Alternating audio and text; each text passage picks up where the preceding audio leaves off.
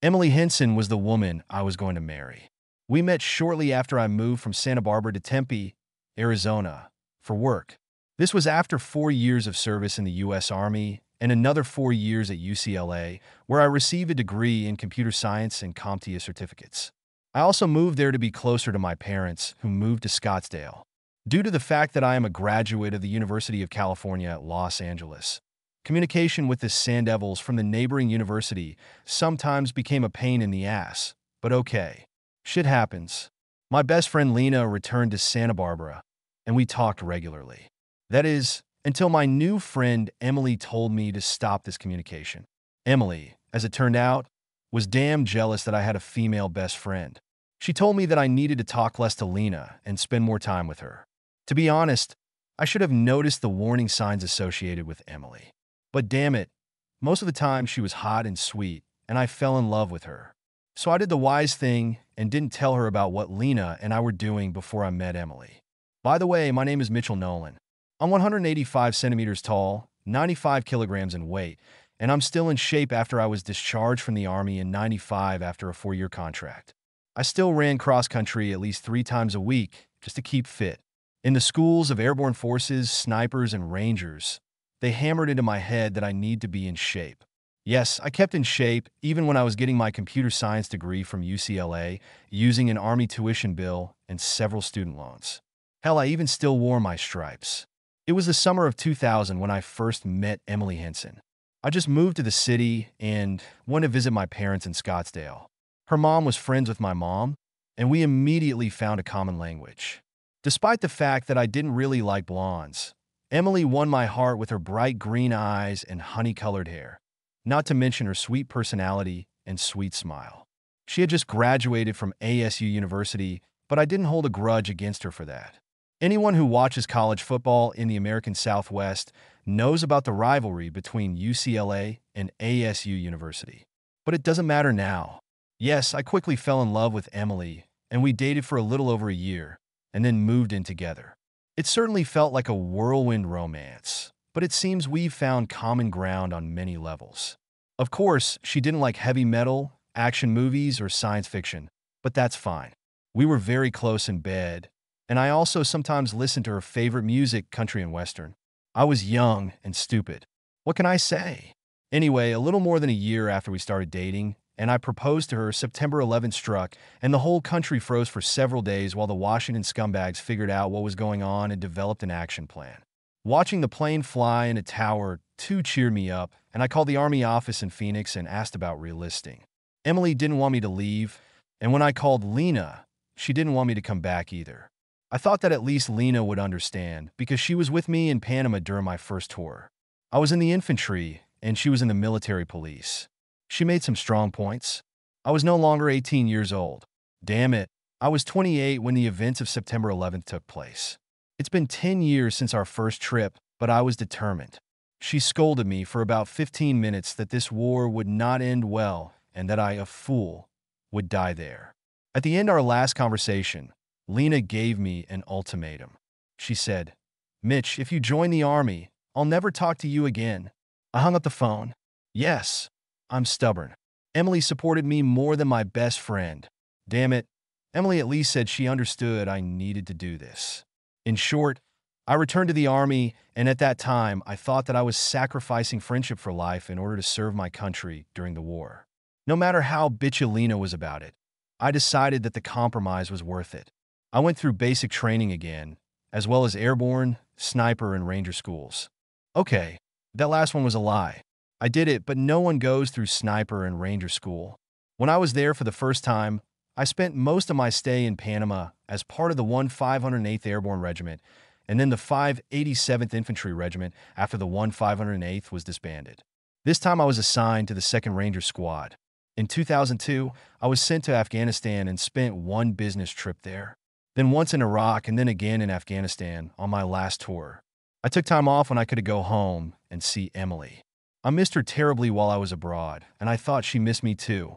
She said yes, and was very loving and passionate when I was at home.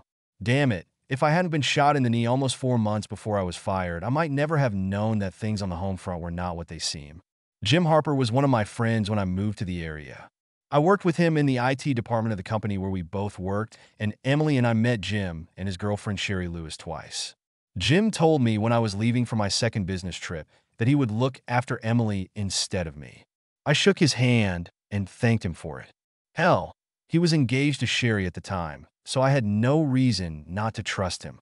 So, when I was injured, I didn't tell Emily about it. Foolishly, I didn't want her to worry about me.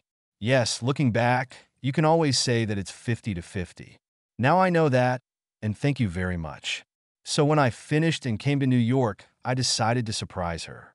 Since I checked out a little more than 3 weeks earlier than was originally planned in the contract, I was discharged for health reasons due to my knee, and I still walk with a barely noticeable limp. Damn it, I'm probably going to limp for the rest of my life. I can still run. Months of physical therapy helped a little. So I flew home and landed in Sky Harbor 3 weeks and 1 day ahead of schedule. Instead of calling one of my friends or relatives to pick me up, I took a taxi home. I was planning a big surprise for everyone. When I picked up my duffel bag and paid the taxi driver, I noticed Jim's car parked next to my '79 Camaro in the parking lot of the complex. I grinned when I saw his rebuilt Datsun Taurus, the damn owner of the Ford. If it's not a Mustang, if it's not made by Ford, then it's useless. The Mustang is the only Ford the first like. Otherwise, I love Chevrolet to the core. I thought about what he might be doing there, but decided he must be helping her with something she needed. I think by and large, I was partly right about that. Deciding to surprise both my friend and my girlfriend at the same time, I went to my door and inserted the key into the lock as quietly as possible. Even when I turned the doorknob and opened it, I already knew something was wrong. I could hear heavy breathing and moaning coming from our bedroom, and clothes were scattered around the living room and hallway.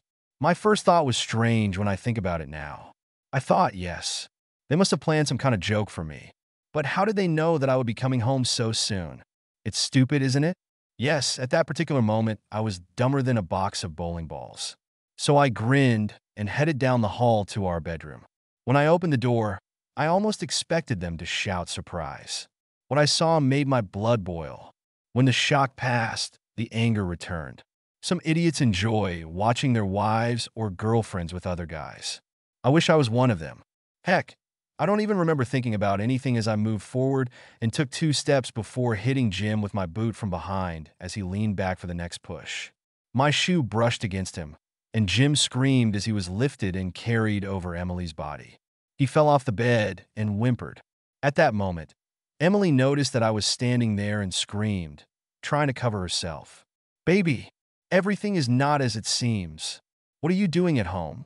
Oh my God, I'm so sorry." At least that's what it seemed to me. She said it so fast. I wasn't interested in excuses. I just looked at her and said, "Shut the fuck up." And I went over and grabbed Jim by the hair. His long hair served as a great support to get his worthless ass out of my apartment. My only thought at that moment was to get that piece of shit out of my air conditioner.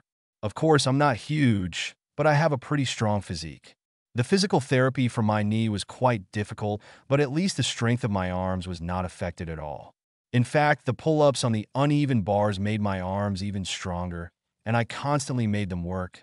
So, with a slight limp, I was able to drag this jerk to the living room, open the front door, pick him up, and throw his worthless ass out on the grass in front of my house. I slammed the door and went back for the girl who had once been my fiancée. When I returned to the bedroom, Emily was crying, covering herself as best she could with a sheet. I pulled the sheet off her and grabbed her hair too. Her long, golden brown curls, which I once liked so much on her, became an even better support to get her worthless cheater out of my apartment. And I did it without hesitation or remorse. Before I opened the front door, I bent down and grabbed her left arm. I tore the ring off her finger and threw her out like the trash she was. As soon as she was out the door, I slammed it shut and locked it too. Then I looked around, and my heart shattered as the adrenaline wore off. I staggered to the couch and collapsed on it. I was panting and crying at the same time when the enormity of what had just happened dawned on me. "Jesus," I whispered. "What the hell did I do wrong?" I vaguely heard a knock on my door after God knows how long. A minute? 10 minutes? Half an hour? Damn if I know. Damn if I remember. I got up and staggered towards the door. I should have looked through the peephole, but in my state of mind at that moment, I couldn't worry. I figured it was either Jim or Emily, or they were both banging on the door to get their clothes. Fuck them all. Let them run around naked. I don't care. So, with righteous anger burning in my eyes, I opened the door to a uniformed police officer. "Are you Mitchell Nolan?" he asked. "It's me." "Why are you asking?" I asked in a wooden voice. "This lady claims that you threw her out of the apartment with a man who was sitting next to her. It's true?" "What is it?" he asked in response.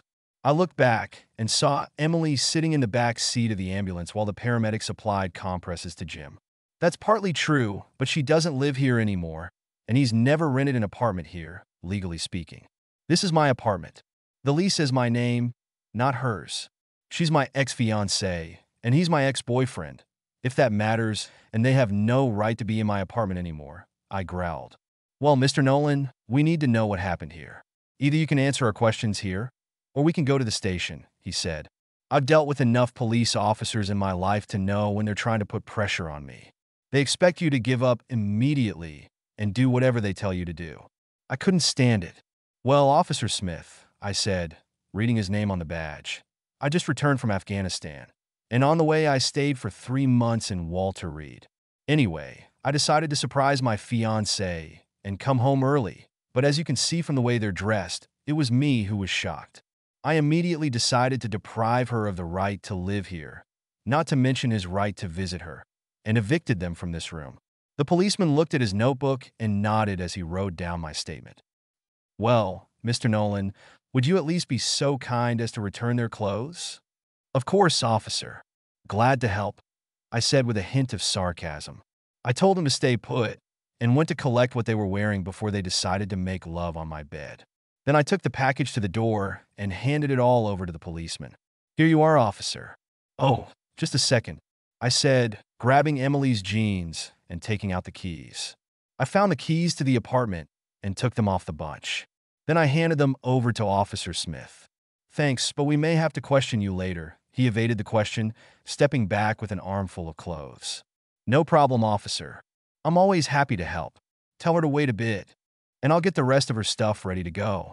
With these words and a quick smile like, "Fuck you," I closed the door, locked it, then went and got some garbage bags. It took me less than 5 minutes to bag everything that used to be Emily's dresser and part of her closet, not to mention the toilet supplies on her side of our sink and bathtub. I could tell Smith was surprised when I opened the door so soon after and dumped the bags on the porch. "Here, Emily. Don't come back. Don't call. It's over between us." I yelled at her and saw her tear-stained face begging me not to do what I was doing. Oh shit, I thought. She should have thought about that before making love to my ex-boyfriend, who was married to Sherry by then. I felt sorry for Sherry, but then I realized that she needed to know about this whole mess. I took my cell phone out of my pocket and dialed her number as I slammed and locked the door. She answered on the second ring. "My God, Mitch, are you at home?" "What is it?" she asked hopefully. "Yes, Sherry is also my friend. Turns out she was a much better friend than old Jimbo. Actually, Sherry, I arrived this morning. Unfortunately, I have some bad news about Jim and Emily," I said, slightly out of breath. "What do you mean by bad news, honey?" "What is it?" she asked. Her tone was, to put it mildly, anxious. "Well, they're not dead if that's what you're worried about. Unfortunately, I just caught your husband making love to my fiancée. I'm sorry, Sherry. I had no idea until I caught them off guard. I think I've trashed Jim's stuff, at least for a while. I hit him pretty hard," I said, and then went on to tell her all about how I kicked them out naked and how the cops showed up. Some of you may wonder why I wasn't arrested. You see, Arizona is a sovereign state with property laws, and that includes tenants' rights to apartments. I had every right to take out the trash, since only my name was listed in the lease agreement. I never bothered to add Emily's name, so she had no more right to be there than I had indicated to her. I also had every right to revoke her welcome status at any time and for any reason. So I remorsefully told Sherry that her hubby was a dirty dog and my ex-fiancée was a cheater. "So it's over between you two?" "What is it?" she asked. Yes, she knew how I felt, and she knew what exceptional and involved meant. I mean, she was mine, and I was hers, and no one else. "I can't and won't take her back," I said. "Sherry, I'm really sorry about what happened. Sherry was sobbing a little, but after a couple of minutes, she recovered enough to speak. I can't believe he would do this to me. With us. She was about to scream into the phone. I'm sorry, Mitch. I know you have no reason to lie to me. But I'm going to have a long conversation with this asshole. When he gets home, well, it might just be a one-time thing, I shrugged. I don't know how you feel, but I can't trust Emily anymore. I mean, if she was going to do this before we got married. I stopped because there's a lump in my throat again. I understand, honey, she said. Now I'm going to let you go. I have something to do before Jim arrives, she said. I'm sorry it was him and Emily. I know you were friends. Yes, where is the key word? I snorted. All right, Sherry, I'll let you go. Take care of yourself, okay? Okay, honey. And you too. She hung up on that. Before she could finish the conversation, my phone rang again with Emily's number. I ignored him and turned off the phone. As soon as I plopped down on the couch, the landline phone rang. I looked at the caller ID, and of course, it was Emily again. Why do traitors always want to talk after they get caught? Why do they want to try to explain that shit that can't be explained or justified? I reached out and unplugged the phone, then went back into the bedroom and unplugged it too. The last thing I wanted to do at that moment was talk to Emily. As soon as it was over, I went to the kitchen and opened the refrigerator. A miracle of miracles. At least that asshole didn't drink my beer. I still had an almost full box there since the last time I went on vacation a month before I got shot. I took out the Beck Dark and drained it in a few gulps. Then I took out another one and drank it more slowly, leaning back on the couch. My brain was going through all the emotional turmoil that comes from this kind of betrayal. Emily wasn't the first person to leave me or cheat on me, but her betrayal hurt me the most. The previous cheater was the girl I was supposed to go to prom with, but I took Lena instead. I could handle breakups, and after Bridget, I'll just call her by the same name here as before, cheated on me and dumped me. At least Lena and I were there to meet each other, and we fell in love. However, everything does not happen exactly as in fiction.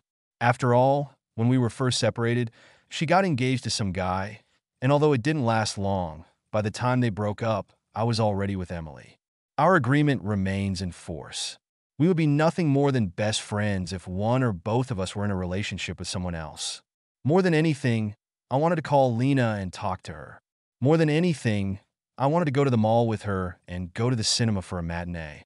I needed my best friend, but her last words to me wouldn't leave my mind. The finality of what she said struck me. At that moment, I hated her. At that moment, I hated Emily. But most of all, I hated myself. The fact that I had acted stupidly again and distanced myself from my best friend when I needed her the most annoyed me.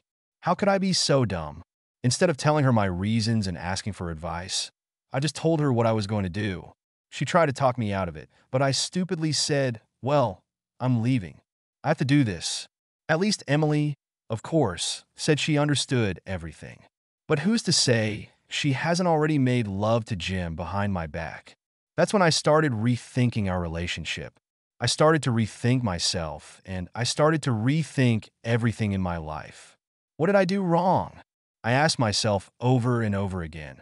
Yes, 6 beers later, and I was completely shattered. Almost 2 full combat tours in Afghanistan and 1 in Iraq. I've never broken down under pressure, and so I come home and find my fiancée in my bed with another man. A man who was supposed to be my friend, and then I break down. The next 48 hours passed in a blur. I woke up. I ate. I had another beer. I fell asleep again. I was really depressed, and I didn't know what to do about it in the first place. I was awakened from my stupor by a knock on the door at 10 o'clock, 2 days after I returned home. I couldn't go back to the bedroom to sleep, and the spare bedroom was used as a storage room, so I collapsed on the couch. I woke up to the light pouring through the windows, and the knocking on the door was getting louder. I had a hangover, and I ran out of beer. An unfortunate combination. I was mad as hell when I looked through the peephole and saw my mom and dad standing there. Shit, shit, shit, shit. I completely forgot to call them when I got back. I was going to do it until I found Emily and Jim and completely forgot about it. I opened the door and saw that Dad had a gloomy expression on his face, and Mom was openly crying. I hugged them both, but immediately stepped back when they realized how much I stank. Yeah, I didn't shower after all that either. Okay, Mitchell, take a shower. Dad ordered me. I nodded and trudged back to the bathroom to take care of my hygiene, and the hot shower really made me feel a little better. When I dried off and put on fresh civilian clothes, I at least looked presentable, although I had 2 days of stubble on my face. As soon as I came out, Dad started first. Why didn't you call us when you arrived? What is it? He asked in an exasperated tone. It's good to see you too, Dad. Probably because my world collapsed when I caught a cheater in bed with that asshole.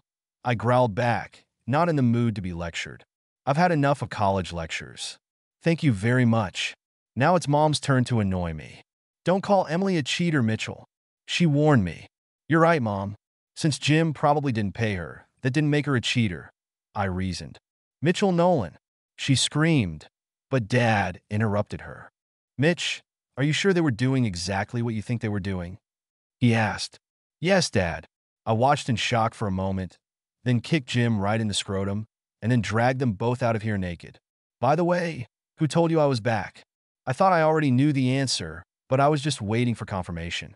Emily came and said you kicked her out. She didn't explain why, just said it was a misunderstanding, Mom said. Oh my God, I was afraid something like this would happen. She was shaking her head. There was no misunderstanding in what I saw. And, what do you mean by that, Mom?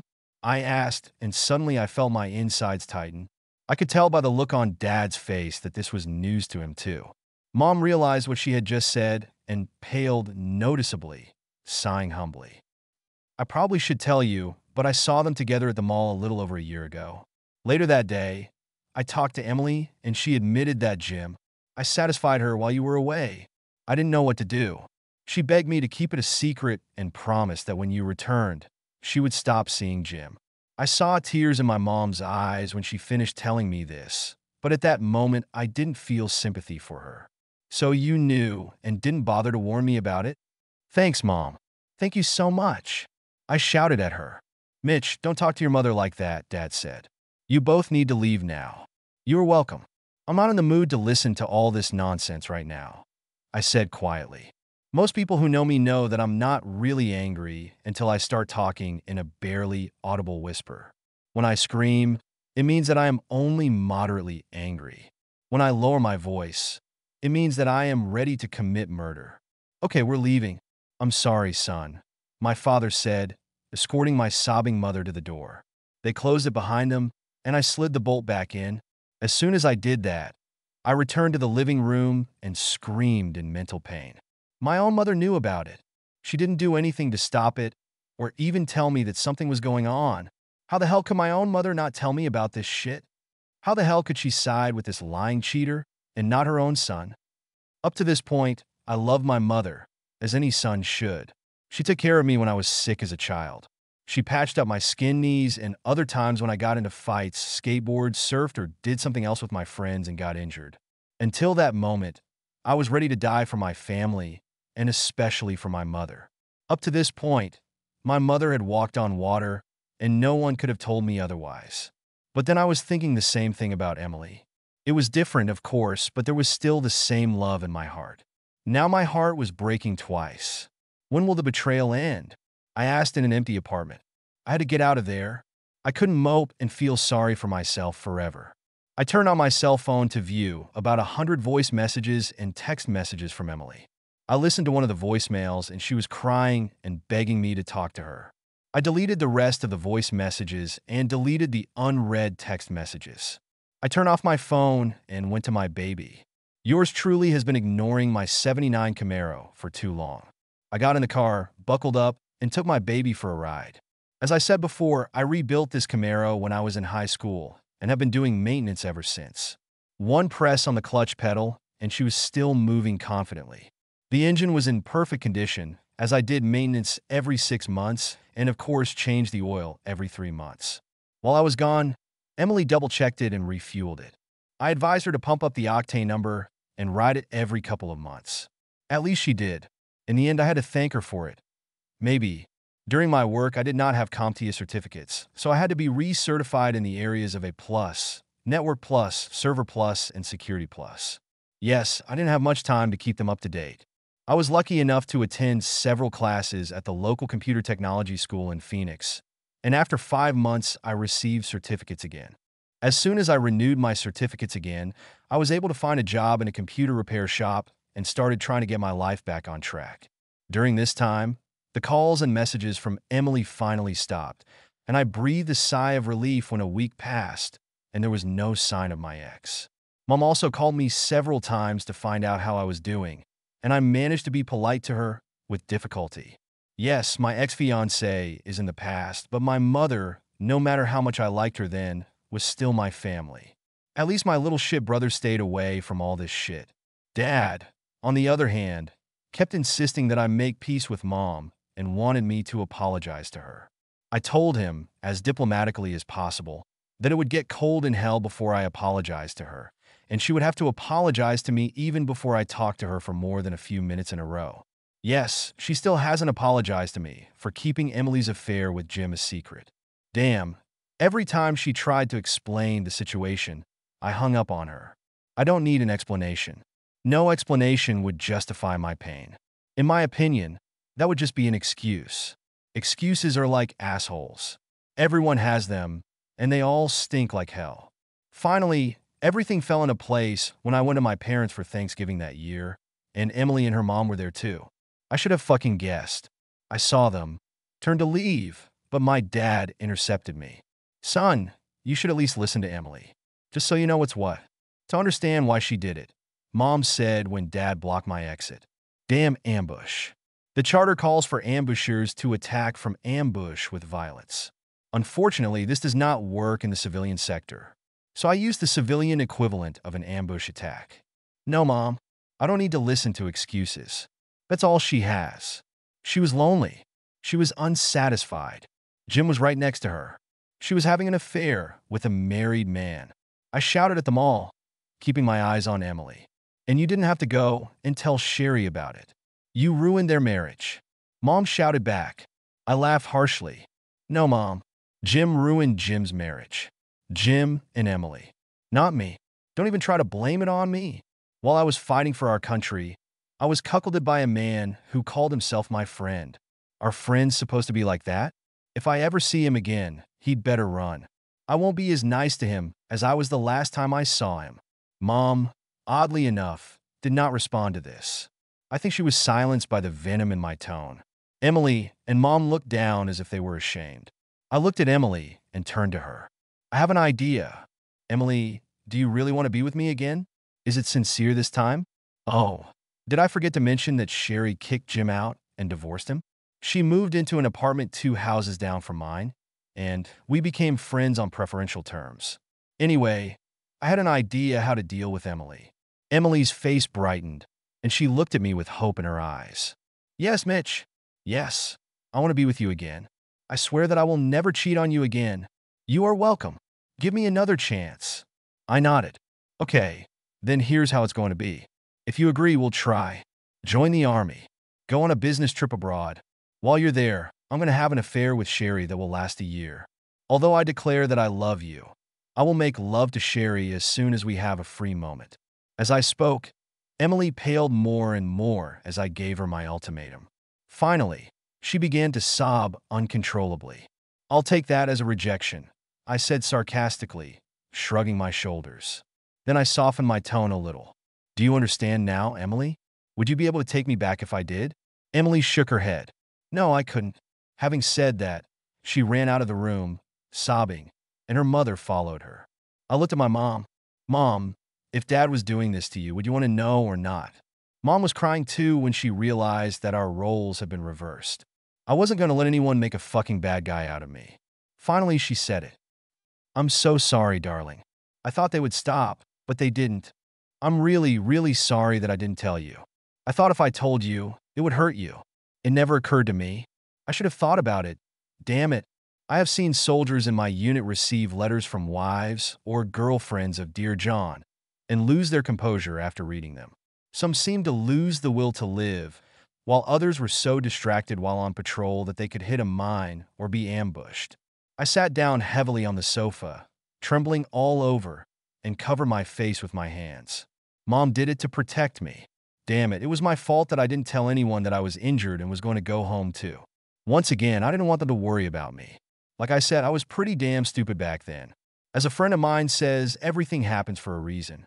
The ways of the Lord are inscrutable, whatever you want to call it. As soon as I got myself together, I hugged my mom, hugged my dad, hugged my goofy brother Mel, and left before Emily and her mom returned from where Emily had gone to cry. I told my mom that I understood, but I just couldn't stay there anymore. When I got back to my room, I called Sherry, and she arrived. We spent Thanksgiving quietly, ordering something to take away from the store. I take it everything didn't go very well. "What is it?" she asked when we finished eating.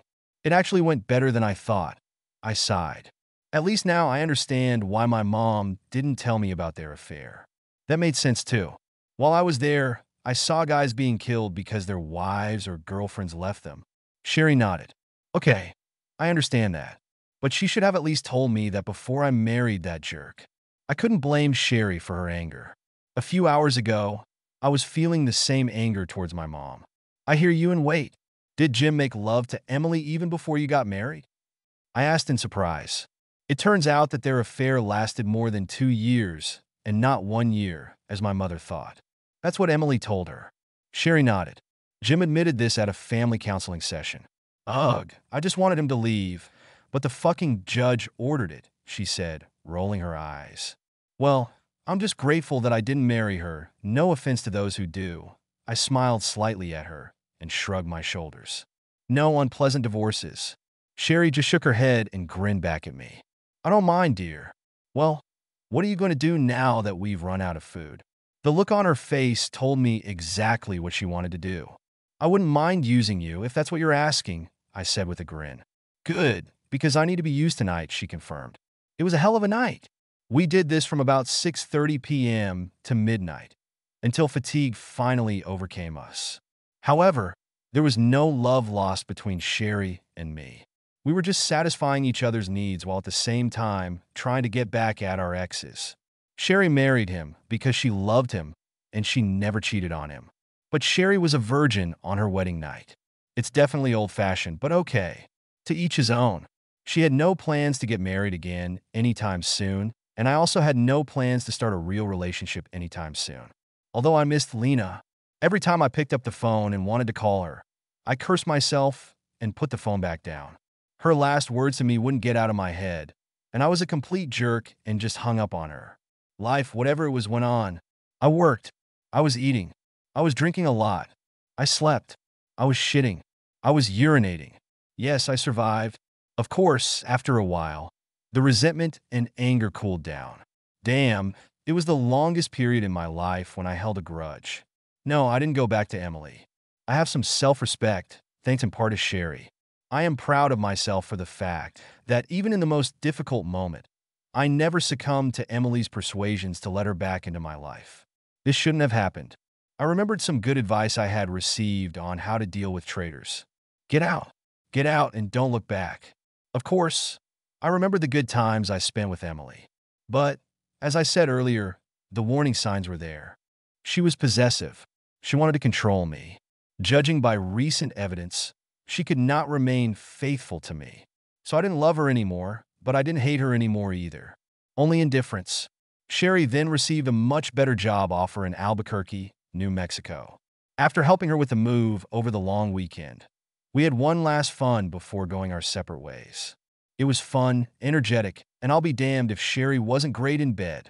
She has come a long way since we first met after her final divorce. But when I returned after a full day of driving the morning after our last visit, I found myself in the same rut as before.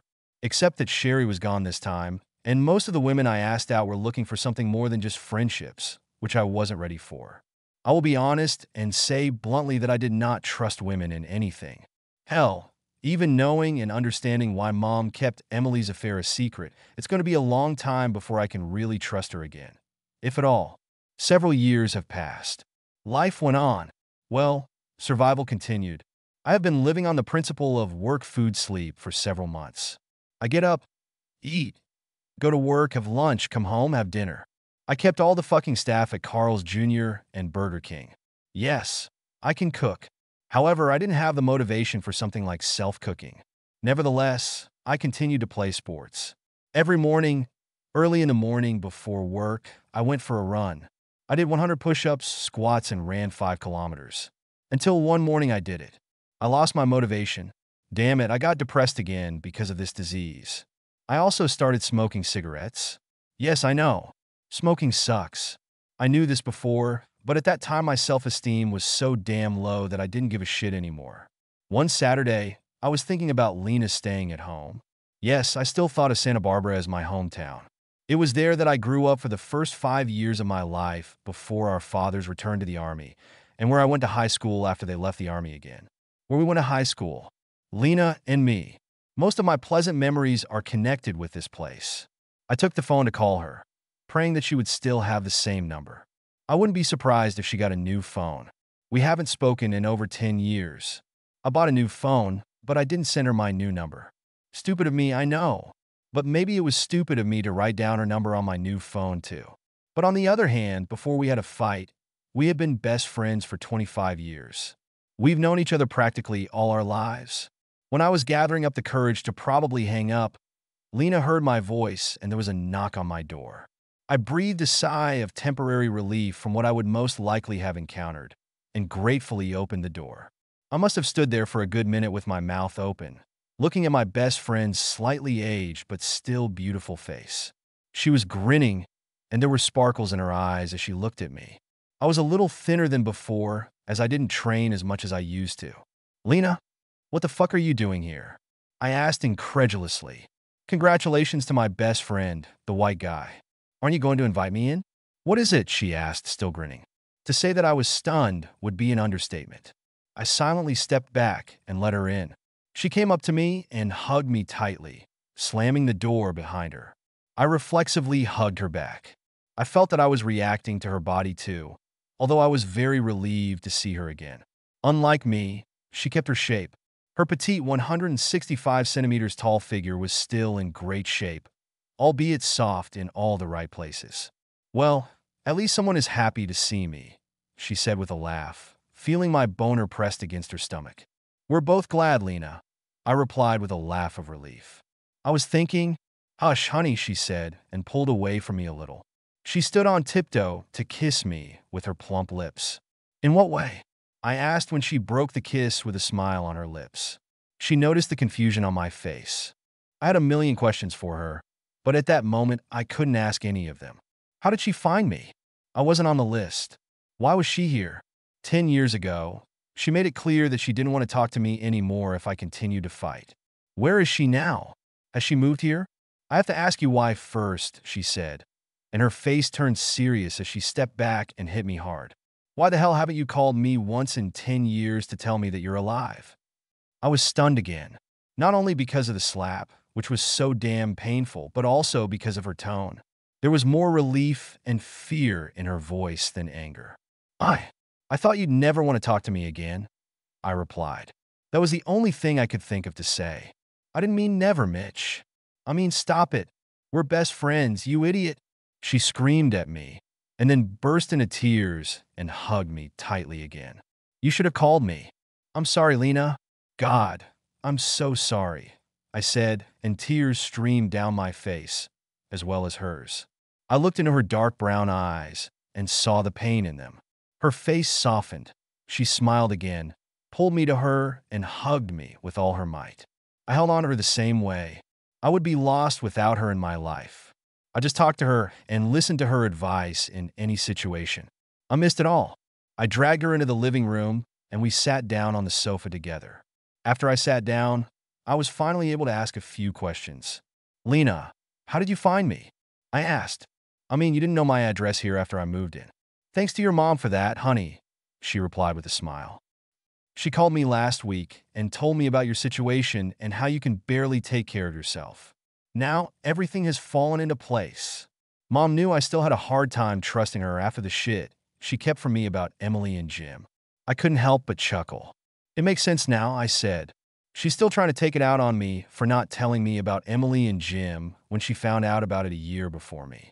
To my surprise, Lena just nodded. "Yes, she told me that too. But I know why she did it. You would have died there if she had told you." "Damn it. If you had died there, I would never have been able to put into words how sorry I am that I did not support you." "What?" I asked, even more shocked. About a year after you came back, I talked to Dad about it. He said you had to do what you had to do, and I had to be there for you. I shouldn't have cut you out of my life like that, she said.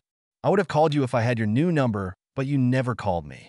I blamed myself for the way our last conversation ended. Damn it, Mitch. I'm so sorry. Tears began to flow down her face again, and I had difficulty holding back my own. Instead of saying anything, I pulled her to me and just hugged her to me. We spent 3 hours together. I told her the whole story about what happened to me in Afghanistan and Iraq, and then about the shit I had to go through when I got home. Lena's story was interesting. After working as a Los Angeles Police Patrol officer for several years, she transferred and became a detective. A few years later, she was forced to resign from the Los Angeles Police Department for using excessive force in the arrest of a child molestation suspect, and put her degree in criminology to good use at a law firm in Santa Barbara, where she worked as a paralegal. She was also going to enroll in law school soon. She wanted to work in the field of family law, specializing in protecting the interests of children. Working at this law firm gave her a good understanding of law, so she decided that studying at the law faculty would be easy. Now I will never speak the legal language. I find the bilingual conversations there extremely tedious and just plain stupid. Just tell me what you mean. Actually, I also hate lawyers, but I can't blame Lena for her choice of legal specialization. This is a noble vocation of a lawyer. Then I took out a pack of Marlboros. In the 2 years since I started smoking, I quickly became addicted to cigarettes. My workout suffered, but because of my fast metabolism, I just lost weight, not gained weight. I wasn't anywhere near as pumped up as the last time Lena and I saw each other. Damn it, when did you start smoking? What is it? She asked. A couple of years ago. Why did you ask? I know we promised each other we wouldn't do this, but 2 years ago we didn't even talk. I was stressed, and a guy I know gave me a cigarette. I shrugged. In response, she snatched the pack out of my hands and threw it into the trash. That's enough, she said decisively.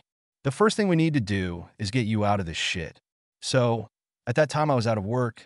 The computer store where I worked was closed, so I was out of work at the moment. After I was fired, I received unemployment benefits, but that's it.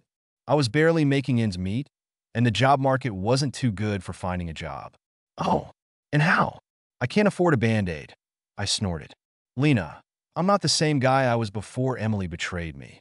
I'm used to trusting people. And then the woman I loved took and tore out my heart. Lena just looked at me. Are you really that dumb, Mitch? What is it? She asked. Well, yes. I'm a guy, so yes, I'm dumb. I replied, squinting and sticking my tongue out of the corner of my mouth. She couldn't help but laugh. Mitch, listen to me. I'm free now.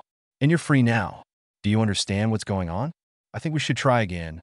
This whole story was good when we were younger, but now, the look Lena gave me told me everything when I looked into her eyes. It's been over a year since I was in bed the last time. Okay, I know it doesn't count. There was only one problem. I know what you mean, honey, I said with a sigh. But the thing is, I'm not looking for a relationship. I mean, I love you, and you know it. The thing is, I don't need to get into a situation again where I give my heart to someone and she tramples on it. I saw the shock on her face, replaced by anger. I can't believe you. Do you think I'm going to do to you what that cheater did? Do you really think I would do this to you, Mitchell? I love you, asshole. Her ferocity made me stop and look at my best friend for what seemed like the first time. I've seen her from different angles before, but never like this.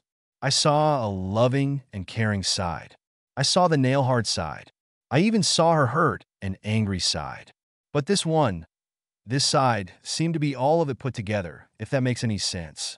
She was resentful, angry, tough, but still caring and loving. Even when she was yelling at me, her words reached my thick skull. You're right, Lena, I said, realizing that this beautiful woman had been right in front of me all this time. She was beautiful not only physically, but also internally. I literally never thought that we could be more than just best friends together, despite the summer we spent together after prom, and despite the relationship we had when we served together and went to college when we weren't dating anyone else. Damn, if I wasn't such an idiot. She reached out and stroked my cheek, and the years seemed to fly away when I hugged her and kissed her sweet, full lips. I'm hungry for her again. Damn, maybe it's always been like this. I was in love with Emily, but now I was in love with Lena again, and maybe I always have been. Capital letters matter. Take my word for it. Lena has always been obsessed with her health because her family has diabetes. She constantly exercises and monitors proper nutrition. Thanks to this combination, the woman looks at least 10 years younger than she really is. Lena smiled at me when I smiled at her, and we made love. So, she asked, what should I do with you? Well, I need to find a job and get my ass to work, I said with a chuckle. But first I need a little more of your love. That's what you can do to me. Well, I did get some more love from Lena, and by the time we were done, we were both completely exhausted. For the first time in more than 12 years, we fell asleep in each other's arms. The difference this time was that we were more than just best friends with benefits. The next morning we talked a lot about where we were going. She wanted to be with me, and I wanted to be with her. Of course, some logistical issues had to be resolved. Will she move here? Will I move there? To be honest, I'm sick to death of Phoenix and its scorching summer. Of course, the winters there were amazing, but the summers are just damn hot. So I asked her about her IT job in Santa Barbara. She asked me to bring my laptop, and we searched Bing for information. Of course, there were quite a few IT vacancies in Santa Barbara and Ventura, so I filled out a few applications while we were sitting there. However, after a few hours, I was dying to smoke. Lena noticed that I was nervous, and when I told her that I was getting addicted to nicotine, she grabbed me and took me back to bed. All right, Mitch, when you want to take a drag on a cigarette, suck on this instead, she said. This continued for the next few days. By the end of the week, I received an email response to a job offer from a data entry firm in Santa Barbara and called them to see if I could schedule an interview for next week. Lena came with me to see Emily, as Mom and Dad still wanted us to get on well. She dated guys from time to time, but I didn't care. But for some strange reason, she refused to move on until she had a chance to talk to me. Since I no longer hated her, I eventually shrugged and said, okay. Anyway, when Lena and I arrived, Lena just stood next to me while I listened. Okay, I wasn't really listening. All I've heard from Emily's mouth is blah blah blah blah blah, etc., etc. But I nodded politely when it seemed appropriate. When she finally stopped talking like a cartoon teacher, I said, okay, Emily, now you can move on. Find a guy you can love and be faithful to, and I wish you good luck. I even let her hug me. When we went outside, I looked at Lena and asked her, did you catch anything she said? Lena just laughed at that and rolled her eyes. Unfortunately, you must not have been paying attention to her. Yes, I'm sorry. While she was talking, I was listening to Metallica in my mind. Was it something important? I asked. No, it's just that shit made me want to spank that blonde, she shrugged. She's a natural blonde. And we both laughed our heads off as we walked to my car. Oh, and Jim? I haven't seen him since the day I kicked his pathetic ass out of my apartment naked. He never tried to contact me. He didn't even threaten me after I told his wife about his affair with my ex-fiancée. The last I heard about him, he went somewhere to the east. I don't care what he's doing with his life right now. Jim's not important anyway. He always had an inflated ego, and it cost him one of his best friends and a wonderful wife. On Friday, I took Lena to the airport and promised to be there on Sunday evening. Lena had already told me that I could pack up and spend the night in her apartment, so I packed all the necessary clothes, as well as my PS3 and Xbox 360, and terminated the apartment lease. I lost my deposit, but it was okay. I said to hell with it, grabbed my stuff, loaded up my baby, and got the hell out of there. I had $300 in my pocket for gas and food. That was all I could need on the trip. I had a cooler in the passenger seat, and my PSP was connected to the stereo system using a cassette deck adapter and a cigarette lighter power adapter that kept it running. I rarely listened to the radio while driving, but when I left my complex, I turned on the radio instead of the PSP. I decided that I would listen to KUPD for a while, since I won't be hearing it anymore in the near future. I smiled as I pulled onto I-10 heading west, and then the most appropriate song that came to mind came on the radio. Marilyn Manson is not my favorite performer, but he knew exactly what he was talking about when he sang The Long Hard Road from Hell. I sang along to the song, and when it was over, I turned on my PSP and listened to something from another metal while I was riding out of hell into my future with a smile on my face. The future that Lena and I are building together. End.